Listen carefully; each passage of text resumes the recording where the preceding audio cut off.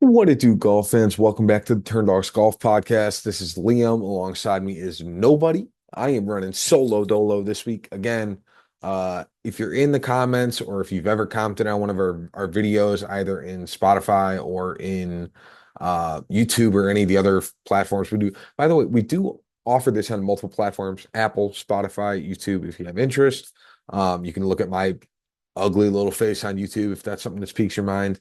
But wherever you're at, if you just want to comment, Jack, get to the podcast, that'd be great. And I'd really appreciate it. He's in the middle of a business meeting right now at 7:45 p.m. Central Time. So I definitely gave him some crap on that because, he unfortunately has to work a corporate job that is not very fun. Well, it's fun for him. He just, long hours because he gets paid the big bucks like a boss now. Happens. So, with that, I will be overviewing last week of the Butterfield Bermuda Championship. I will also get into the RSM Classic, give you an overview of that as well. Starting off, Rafael Campos. Congratulations. Probably not too well known by a lot of golf fans, even people that like casually watch golf prior to this past week when he won. He is a new father, so that's great for him. Admittedly, he's not a person that I think brings additional eyes to the golf world in a given week, which I think is a very valid statement to say right now. He's just a little bit too inconsistent and still kind of new to the PGA Tour to really do much with that. But congratulations to Rafael Campos. There was a few other bigger names in there, like Andrew Novak, who finished second. I know Grayson Sigg was up there on the leaderboard at a certain point. Mark Hubbard, who finished third, he was a bigger name. And I say bigger names, those guys are, we're kind of talking packing peanuts between these guys. It's not like we're going from, well, I'll just throw it out, like Ludwig Bear is in the field this week. He would be a significantly bigger name than all those. But again, congratulations to Rafael Campos. Notable guys that missed the cut. Now, this is again, I do this every week. Last week was an extremely weak field, so don't come at me for these. But Joel Damon, Nick Taylor, Cam Champ, Doug Gim, Jack's favorite golfer on the planet, Nate Lashley. He's not here, so I can say it. And Andrew Putnam are notable guys to kind of miss the cut. And again, those are notable in the sense that they were notable for that field. Some of the low price plays that we were all over last week. Ches Reavie, who was in the 6K range, we got him. He was T47. Richie Warinsky finished T42. I think he was 6,500. Wesley Bryant in the low 7Ks finished T17. We were all over. Grayson Sigg in the mid to high 7Ks finished T9. Jacob Bridgman, who was right around, I think, 7,800, maybe 8,000, finished T12. Same with Mark Hubbard, who was around 8,000, who finished T3. And then both Jack and I were not very high on Mackenzie Hughes. He did make the cut, but he finished T67. So I'm going to count that as a hit for us because if you got him as the second most expensive golfer in the field, you're not happy with the T67. That's especially in that field, it was disrespectful. So it worked out, especially considering Seamus Power was the other expensive name kind of up there. And he finished T23. So you lost like 40 spots on that one. Some of our misses, we didn't have all that many. Andrew Putnam, who missed the cut, Sam Stevens, who we both kind of liked, who finished T67. But I mean, like Miles Russell, Kelly Craft, those are fine misses. Like we were taking chances on guys in the mid to low 6K range. So I'm really not too worried about those misses. So really, it was just Putnam and then a bit of Stevens, considering how bad he played. I don't have Jack's DraftKings or FanDuel because he never throws it up here, unfortunately. So I cannot let you know how he did. I can tell you that I beat him because I played against him both, and I gratefully took his money this week. But I don't have his players in front of me.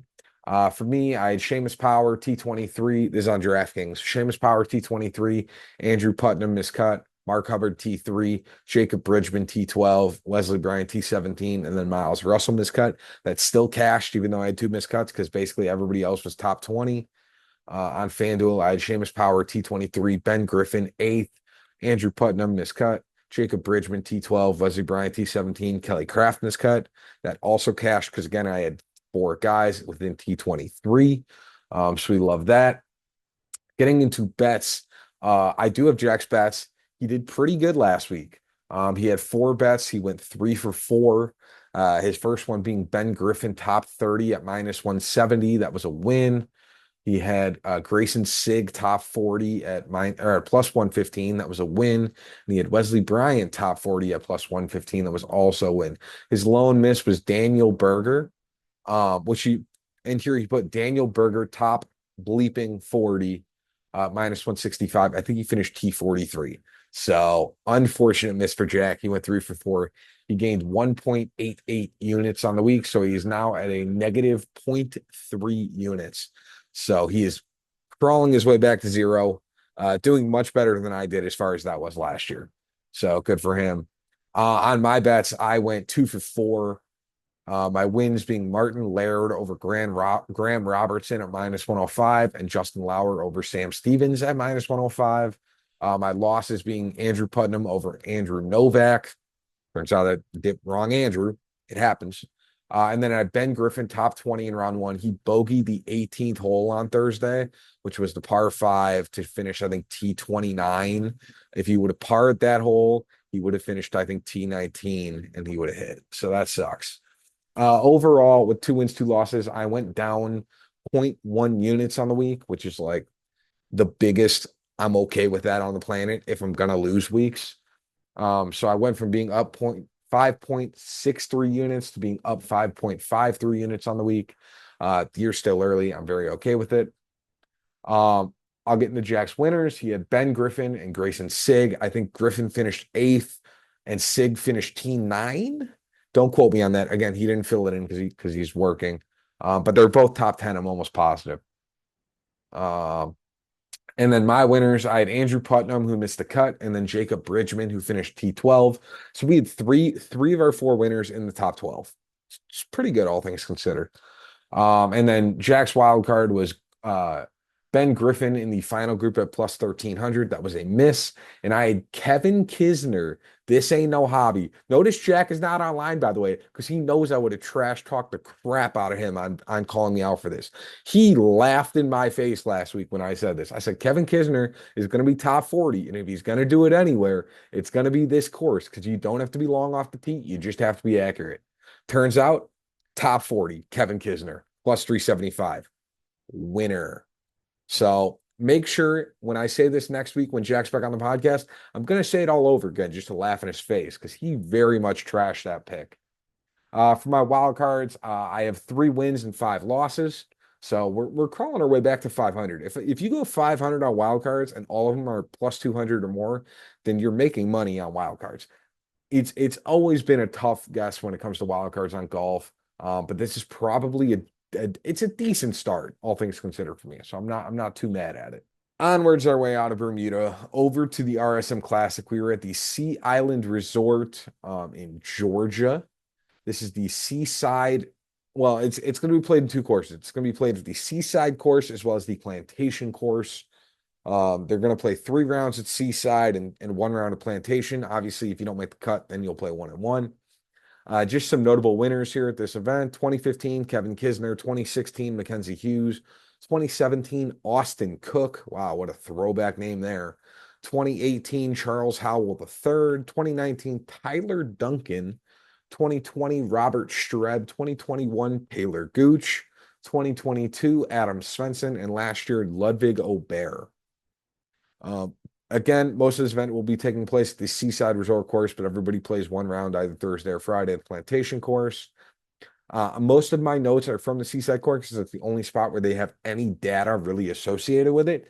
There's very minimal information on the Plantation course. I'm sure you can dig and find something, but it'll be a bit of a grind in order to, and I don't know how good the data will truly be. For the Seaside course, one of the biggest factors is driving accuracy. This is the 5th most correlated event in the calendar year in driving accuracy. That combined with strokes gained approach are probably going to be my 2 big metrics when I look things over this week. I mean, somebody with a half decent putter is also going to be beneficial. But at a certain point, it's like, yeah, I'd love somebody with a good putter, a good approach play, a good driver, and like decent to good around the green play, which like basically rules out every stat. So no, the two I'm really focusing on are driving accuracy and approach. There are a lot of golfers this week that are based in Georgia, born in Georgia, grew up in Georgia, currently live in Georgia. Some of them in some worlds are considered to have a statistical advantage on this course. It's not really proven. Some of them miss a lot of cuts here as well. I will highlight a lot of them as they come up. Just a few of them to kind of stand out now because I will not get to all of them. Jonathan Bird, Harris English, Will Gordon, Ben Griffin, Brian Harmon, Zach Johnson, Patton Kazire, Davis Love III, Keith Mitchell, Andrew Novak, Paul Peterson, JT Poston, Grayson Sigg, and Davis Thompson. So that's like 14 names for you right there, and I'll highlight some of them here in this overview. Cool. With that, we are getting into DraftKings lineups, and it will be absolutely zero surprise that Ludwig Gobert is at the top of the price point, in my personal opinion. He is probably pretty clear and away the best golfer in this field. He is scary, in all honesty, to throw in though this week. But welcome back, buddy, Ludwig Gobert. You've been gone for what feels like a couple months. The last time Ludwig played in a tournament was the Tour Championship, which was the first week of September.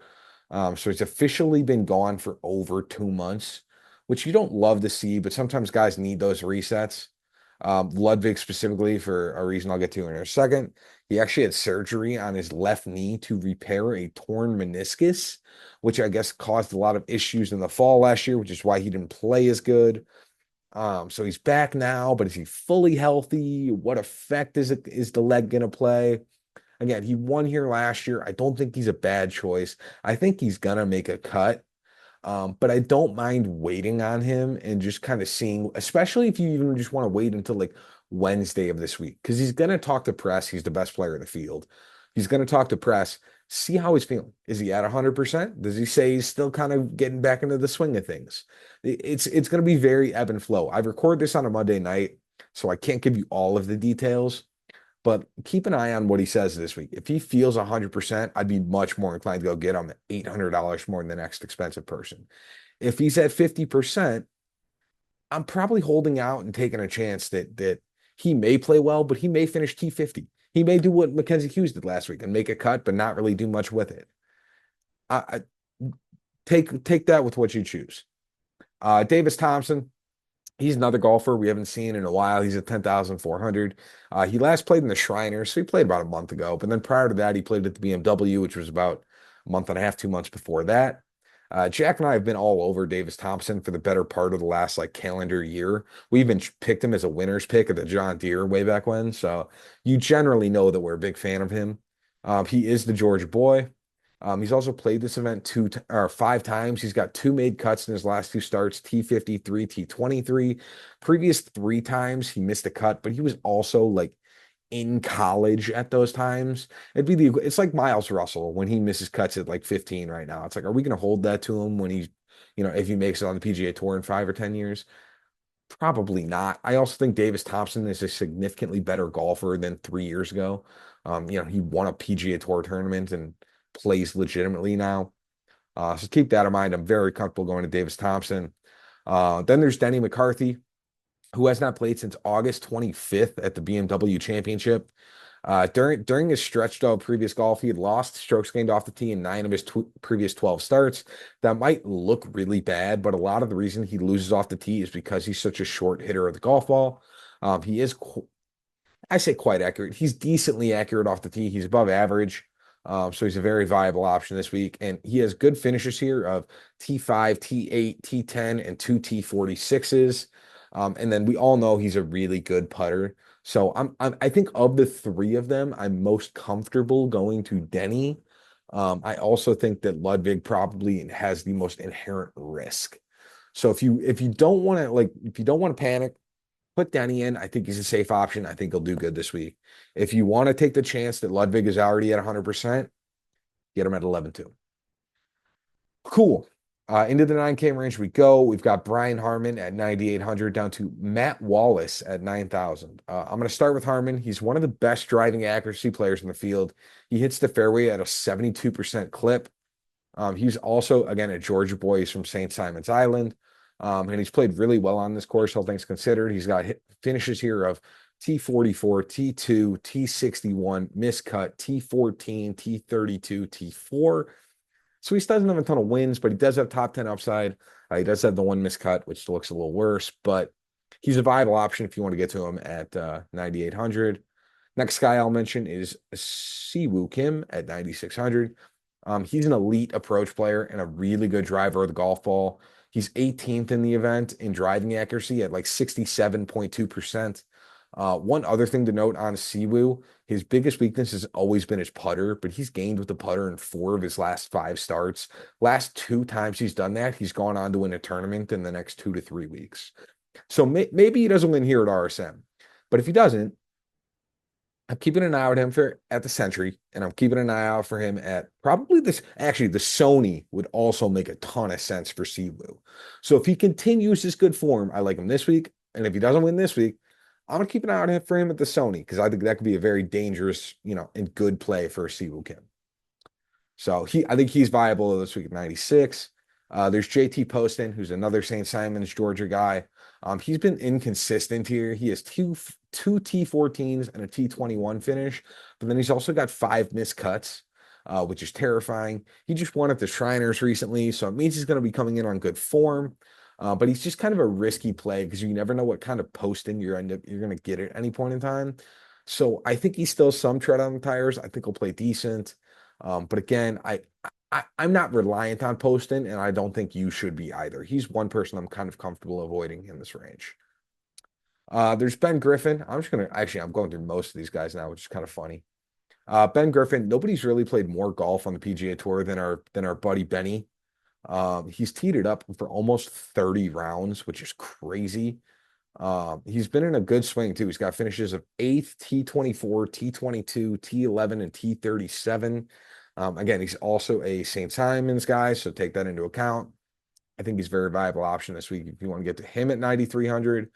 He's a very good putter. He's not very long off the tee, but again, he's got the accuracy. So we liked him last week. Similar course design from last week. We'll like him again this week. Down the road, Seamus Power. He missed the cut at the Shriners, which looking back on it, he always seems to struggle at that as his home course. And I think that may have scared some people away, but that was the only blip. He finished T23 last week at Bermuda.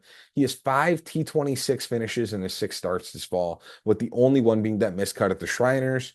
His last 2 starts here are finishes of T5 and T4, and he gained across the bag in both starts. So Seamus Power, extremely viable option this week if you want to get to him in your lineups. I'm very content getting to him. He's played a ton of golf. He's in very good form. Last guy I'll mention in this range, Matt Wallace. If you want course fit, Matt Wallace is your guy. He's ranking 2nd in the field, only behind Mackenzie Hughes when it comes to course fit. You'll also look and you'll be like, wow, he hasn't played that much golf recently because he hasn't played since Actually, they do show the World Tour on here. I'm so proud. Look at DraftKings. They're growing as a company. Now they put the World Tour on here. But yeah, he's played a bunch on the World Tour. He's played 9 times since the beginning of September. He has 1 win, 3 T11 top 11s, and 5 top 42s. His weakness is his putter, but he's gained with the putter in 3 of his last 4 starts and in 6 of his last 8 starts. So he's on a really good stretch of putting. Keep that in mind. And I think he's a very viable option to get to this week. He's just not going to be a very enticing name for somebody that doesn't follow a good amount of golf. Nobody is sitting there who only watches, the occasional PGA Tour event and is saying, yeah, my guy Matt Wallace over there is going to crush it this week. Like nobody's saying that. So if you're in one of these like casual leagues and you can get to a Ben Wallace where nobody else thinks of it, he could be a good option this week. My top 3 guys in this range, if you want them, probably Seamus Power, Siwoo Kim, Matt Wallace, maybe in that order. So yeah, I'd go with those 3. Cool. 8K range we go. Harris English, 8,900, all the way down to Patrick Rogers at 8,000. Harris English, I feel like I've talked about him a ton this fall swing. He's just been playing really well and has really good driving accuracy for a course like this. He's also got 3 straight top 15 finishes. I'm just very comfortable if you want to get to him. I liked him a lot more when he was like under 8K. This seems like a bit of a higher price than usual for Harris English. But again, he's been playing really well, so like I can't really knock the price range, the price point that they put him at. I just liked it a lot more when he was like 77, 8,000, and you could fit him in as like a fourth, maybe even sometimes crazily fifth guy. So keep that in mind, but I'm okay with if you want to get up to him. Eric Cole is an interesting play this week. He's both inaccurate and weak off the tee, which is scary. He's flashy. He finished top 10 here last year, and he's been having a lot of pop-off weeks. So he's worth a chance on a high upside play. Again, if you are in one where maybe only top, 2-3% cash out, Eric Cole could be a fun option, and he is in the Southeast where he generally plays the best. But just realize it's very sporadic for him right now. He is much less consistent than I would like. If you want somebody that's playing, in my opinion, infinitely better, Austin Eckroat at 8,500, I think is a spectacular choice. He won his last start at the Worldwide Technology Championships down in Cabo, 2 weeks ago now. He's now coming to Georgia where he finished T8 last year, which is great. He's played a bit of golf in the fall. He only played, I think, at the Shriners and the Worldwide Tech, but again, that's more than most people. So I think that's going to help him. And he's also got a nearly 70%, excuse me, a nearly 70% driving accuracy. So again, I think Austin Eckroat is going to be a very good option this week. I'm very comfortable getting to him. Let's see who else. I'll mention JJ Spawn. He's played 6 times this fall, and outside of the WD, the 1 week I had him in a lineup, he's not finished outside of T34 in his other 5 starts. He has 3 straight T16 or better finishes here at the RSM. He's probably going to continue to do well this week, and I like him as a person. But again, this is Liam's personal bias, not being able to get out of the way. I have a bit of a sour taste in my mouth still from the Sanderson, so I don't think I can get to him. But I'm saying this as a golf podcaster. He's probably worthwhile to put in your lineup at 8,400 if you don't want to put in like an Eckroat. Do I wish again JJ Spawn was cheaper? Yes. But if you like him a lot, this is a good week to put him. Cool. This bottom of the 8K range, these bottom like 4 or 5 guys, I don't love them much. I would avoid it and go down right into the 7K range. I think somebody in the 7K range is actually better than almost all of those guys. So I'll start it off right away. Matt McCarty is 7,800.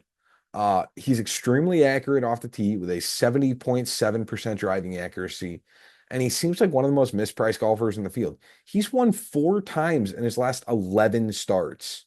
I'm going to repeat that again. He's won 4 times in his last 11 starts.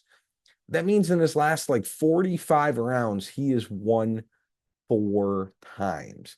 He missed the cut at Summerlin the week after winning, his first PGA Tour victory. And all of a sudden, everybody thinks this guy is the worst golfer of all time again.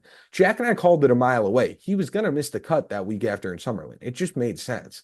But it doesn't mean he's a bad golfer. He was just the amount of golfers that miss cuts after winning PGA Tour tournaments is at like a 60% clip. It's insanity. Like it's crazy high. And so it makes sense he's going to do this. But for him to only be 7,800, I think he's going to be great. If you look at strokes gained total, last 36 rounds combined, for him, it has to be Corn Ferry and PGA Tour. Matthew McCarty, statistically, strokes gained total is the best player in this field. Again, $7,800. Love getting to him this week. Next guy I'll mention is going to be 7,500, Mark Hubbard. I think Hubbard is a great option, especially in Jack's ruling of 7,500 or under made cut. I like him this week a lot for a lot of the same reasons I kind of liked him last week. He's extremely accurate off the tee, but is not very long as far as distance goes. And again, he's on another good course where he can really get away with that. He's probably going to end up being in my lineups and or bets this week. So I very much respect the option of getting to him. He is another one of those Georgia boys. So keep that in mind. Also 7,500 Rico Hoey. He is not playing this week, so make sure to get him out of your lineups. I got 2 other guys, or just kidding. I got like 3 or 4 other guys in the 7K range. I like Jacob Bridgman. Again, I've talked about him a lot too. He's like quietly one of the best golfers in this field, as of recent. He's got 4 T30 finishes in his last 5 starts. His accuracy is probably average, but his putting has been absolutely spectacular during this fall swing. I'm very comfortable going back to Jacob Bridgman. You also have Joe Highsmith, who's 7,400. If you don't want to go to Hubbard for your made cut, I would highly recommend going to Highsmith. He's been really coming in on a heater. He's got 3 straight T16 finishes where he's gained in all strokes gained metrics. He was 7,400 at the Worldwide Technology Championship, finished fifth that week, withdrew last week for Bermuda, and then showed up this week, and he's 7,400 again.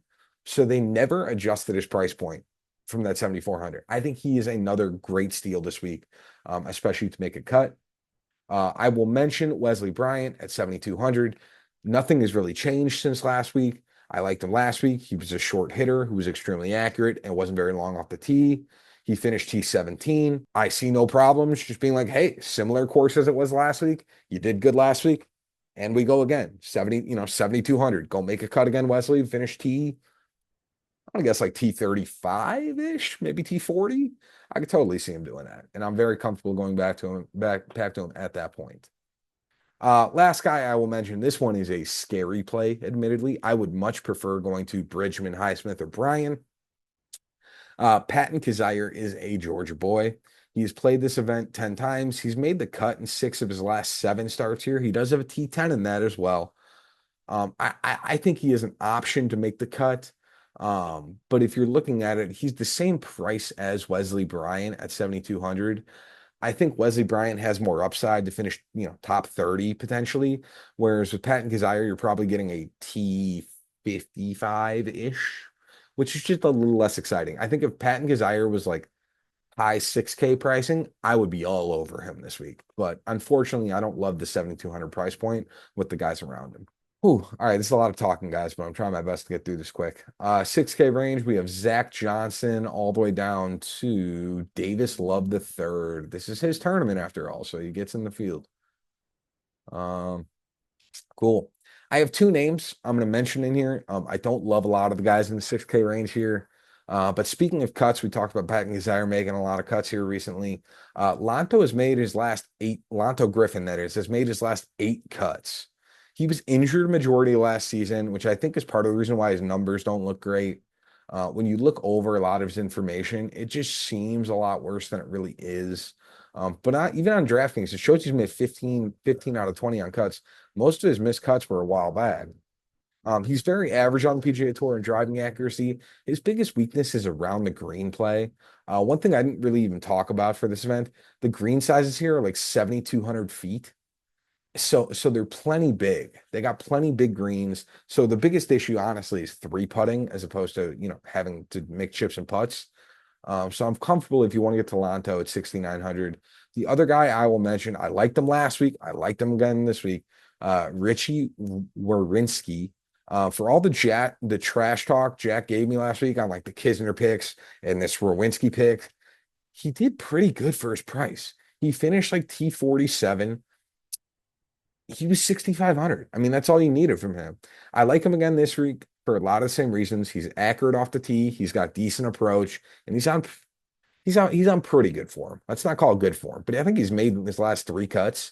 And he's got, all of them top 50, which is fine. So that's all you really need. All right, that was a lot of talk on a lot of guys in a short amount of time. Hopefully you guys got all that down. Jack did not give me anything. I am giving him 2 winners picks this week. I'm just giving him 2 guys that I like. So if he has a problem with it, then tough shit. Show up for the podcast. What I don't know what to tell you. So I'm gonna get into my DraftKings lineup, then my FanDuel lineup, then my bets, winners, wild cards, and then we'll send you guys off for the hero in a couple weeks. For my DraftKings lineup, Denny McCarthy is 10,000. He's first. And then Seamus Power, 9,200.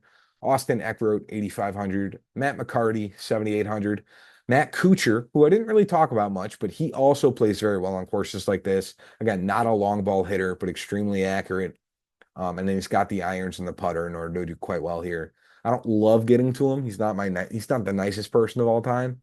But at 7,600, he kind of fit perfectly in that price. And I didn't love, I thought about going down potentially to like a Hubbard at 75, but I think Kuchar at 76 is another good option there. And then Lonto Griffin at 6,900. On FanDuel, I went a different route. I have Davis Thompson, 11,600. Danny McCarthy, 11,300. Harris English, 10,800. Austin Eckler, 9,700. Matt McCarty, 9,500. And then Richie Werenski at 7,100. He is criminally cheap on FanDuel, Richie Werenski. So if you are on FanDuel, I would look for Richie Werenski because he is down there with the like the Stewart Sinks of the world, who don't get me wrong, they're great golfers, but they've been crushing it on like the Champions Tour or the guys on the Asian Tour. Whereas, Richie has moved up the Corn Ferry Tour, played well on that, played well a couple weeks here on the PGA Tour, and is now playing still. So I like that. Those are my two lineups. On to bets. I have 6 bets this week. It's a little nerve-wracking to have 6 bets, but I'm gonna hope they go over well. First one is going to be Denny McCarthy, top 40 at -150. He has cheaper odds than the likes of like a Brian Harmon and a few of those guys that I think are lower than him price point wise. So I'm quite comfortable going to Denny McCarthy there. I also have Matt McCarty, top 40 at +100. I have Austin Eckler, top 30 at +105. I have Siwoo Kim as the top Korean over, I just have last names here, Bae, Kang, S.H. Kim, K.H. Lee, and Sung Yeol No. Admittedly, I think Siwoo Kim is exponentially better than all of those golfers, and it's plus odds. I also have Matt Wallace as the top Englishman over Russell Knox, Martin Laird, David Skins, Callum Tarrant, and Ben Taylor. That is plus 115. And then I have Aaron Baddeley over Tom Wilkinson at -150. So those are my 6 bets this week. Siwoo Kim can be a little stressful. Austin Eckler might be a little stressful, but I feel pretty confident on all those. Speaking of Siwoo Kim, I'm giving Jack his winners picks out now. His 2 winners picks, courtesy of moi, are Siwoo Kim and Harris English. Not bad. I could have given him Rico Hoey and Zach Johnson. So he should take what he gets.